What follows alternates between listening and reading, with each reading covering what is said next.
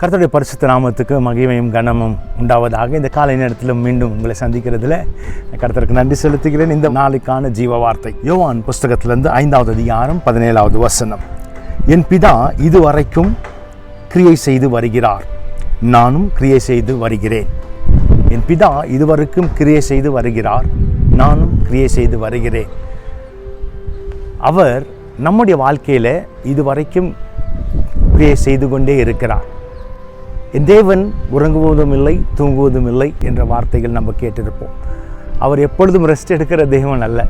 ஆகையால் அவர் கிரியை செய்து கொண்டே இருக்கிறார். இன்னைக்கு கூட பரலோகத்தில் அமர்ந்து கொண்டு நமக்காக கிரியை செய்து கொண்டே இருக்கிறார். ஆகையால் பயப்படாதீங்க, கிரியை செய்கிற தேவன் நமக்காக ஒருவர் உண்டு.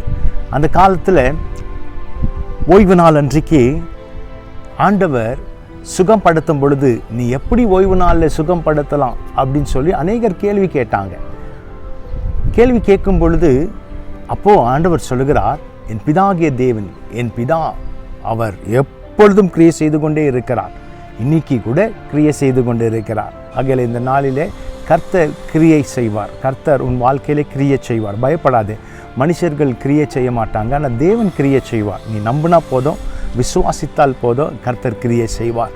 ஆகையால் அவர் இந்த நாள் வரை நம் வாழ்க்கையில் கிரியை செய்த தேவன் இன்னுமாக கிரியை செய்வார். இந்த நாளுக்கு போதுமான தெய்வமாக இருந்து அவர் கிரியை செய்வார். பயப்படாத இருங்க, கர்த்தர் உங்களை நடத்துவார். இதா கிருபைக்குள் செபிக்கிறோம்ப்பா.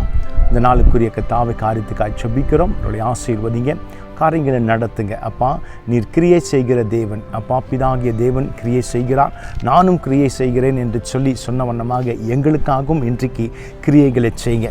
அப்பா, உம்முடைய கிரியைகளுக்காக யாரெல்லாம் காத்து கொண்டு இருக்கிறார்களோ அவருடைய குடும்பங்களிலே, அவருடைய வாழ்க்கையிலே இந்த கிரியைகள் நடப்பெறும்படிக்கு ஜெபிக்கிறேன் நல்ல பிதாவே. ஆமென். God bless you. Stay blessed.